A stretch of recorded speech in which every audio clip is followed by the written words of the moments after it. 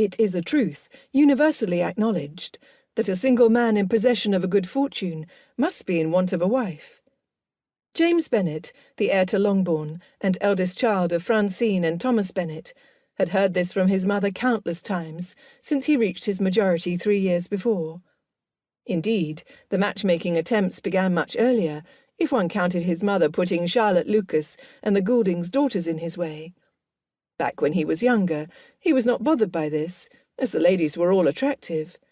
Yet it became tedious when none of them seemed to be interested in him.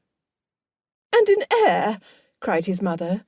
"Else what should I do if something happens to you and your father?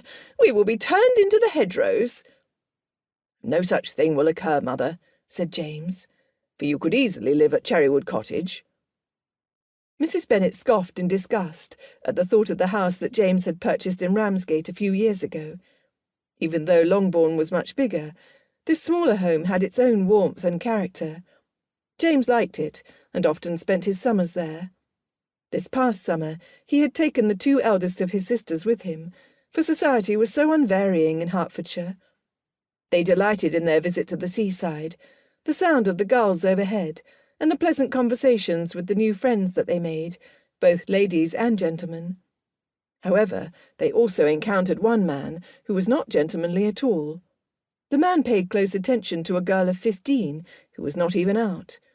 James was glad that his sisters mentioned the man to him, so he could handle the situation.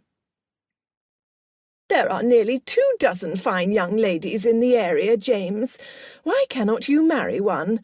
Or better yet, go to London and find a lady of a good fortune to better our situation," Mrs. Bennet said, breaking into his thoughts.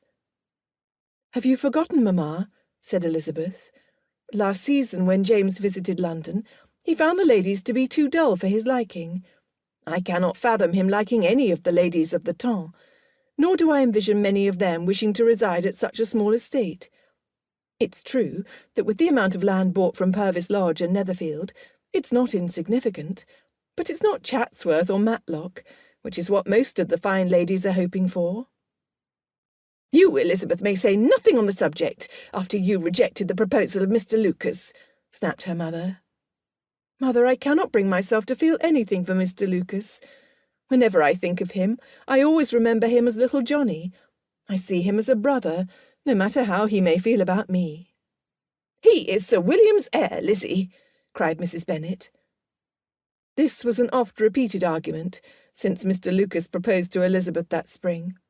The Lucases were well known in the town, and their estate was small, but well maintained. The children were still in the schoolrooms when Lady Lucas and Mrs. Bennet planned the unions.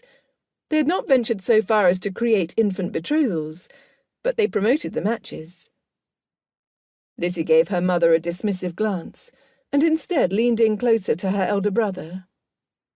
"Mother told me last week that Netherfield Park has been let by a single gentleman, who is expected to arrive tomorrow. Perhaps Mr. Bingley has a Miss Bingley accompanying him, that you will like well enough to marry."